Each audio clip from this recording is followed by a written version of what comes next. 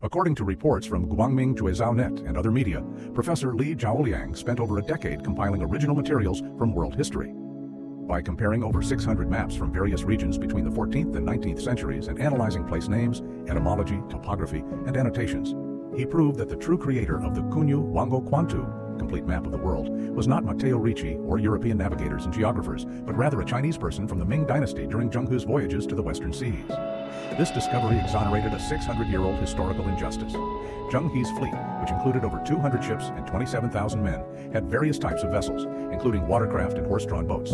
They grew crops like bean sprouts on the ships to prevent scurvy, and there were over 100 doctors aboard.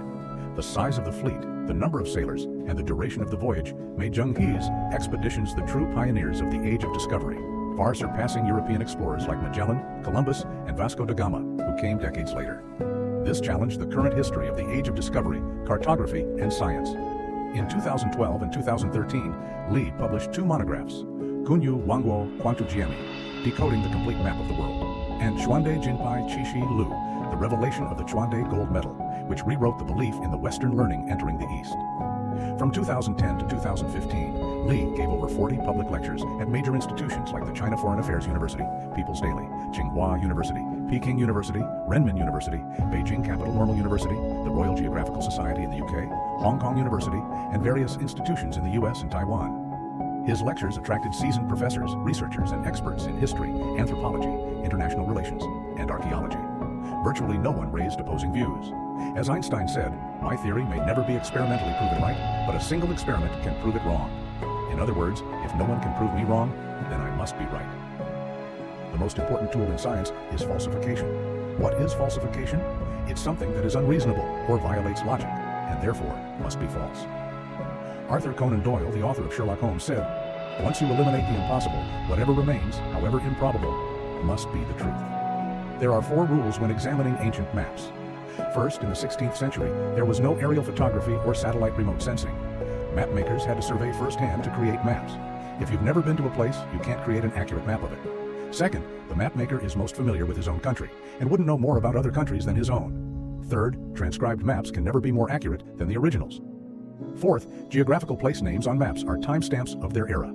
For instance, the World Trade Center was built in 1971 and destroyed in 2001. If a photo shows the World Trade Center, it must have been taken between 1971 and 2001. The same applies to geographical names on maps. They carry timestamps.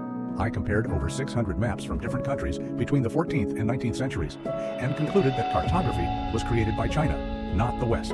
The truth revealed by these maps shakes the foundation of the Western narrative of geographical discoveries. Today, I'll focus on 4 maps. The first is Ptolemy's World Map. Ptolemy, a Greek scholar from the 2nd century, never recorded leaving Alexandria. His geography suddenly appeared in the 15th century, and he was called the father of world geography. His book listed coordinates for over 1,000 place names, but there was no map. The map based on these coordinates appeared in 1482. On the map, Europe is on the left and Asia on the right, with only 180 degrees of longitude. As we know, a circle has 360 degrees, so Ptolemy's map only shows half the Earth. How do we explain this? 10 years later, in 1492, Columbus sailed westward to reach China, using Ptolemy's map as a guide. He believed that China was just a short distance away. If Columbus knew that the map showed only half the Earth, would he have taken such a risk? Would he have believed that he could reach China in just a couple of months? This shows that both Columbus and Ptolemy had a fundamentally incorrect understanding of the Earth. The Western cartography of the 15th and 16th centuries had unreliable and incorrect concepts of the Earth. The second map is the Kunyu Wanguo Quantu, complete map of the world. Most media and textbooks claim that this map was created by the Italian missionary Matteo Ricci and was a translation of a European map. Ricci, a Jesuit priest, came to China in 1582 at the age of 30. It's said that he drew several maps in China, and only the 1602 Kunyu Wanguo Quantu remains.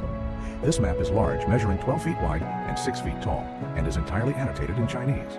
It contains 1,114 place names, covering the 4 continents of Europe, Asia, Africa, and America, as well as a southern continent.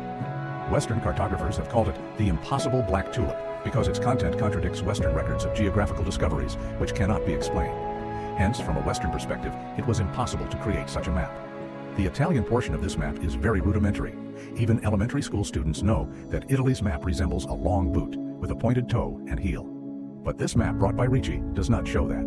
If Ricci could not even recognize his own country, how could he have drawn a world map? More importantly, this map does not show the Papal States, which at that time covered 1/3 to 1/4 of Italy's territory. Ricci, a staunch Catholic, would never have omitted the Papal States. This is as absurd as a map of China today that omits Beijing, or a map of the United States that omits Washington, D.C. Hence, the map's attribution to Ricci does not match his identity. Additionally, the map omits Tuscany and Florence, two of the most important places during the Renaissance, where figures like Leonardo da Vinci and Michelangelo lived. These locations were essential in European maps after the Renaissance began around 1400. The absence of these places suggests the map represents Europe as it was before 1400. Ricci could not have brought a 200-year-old map of Europe to China and believed it was the most recent version.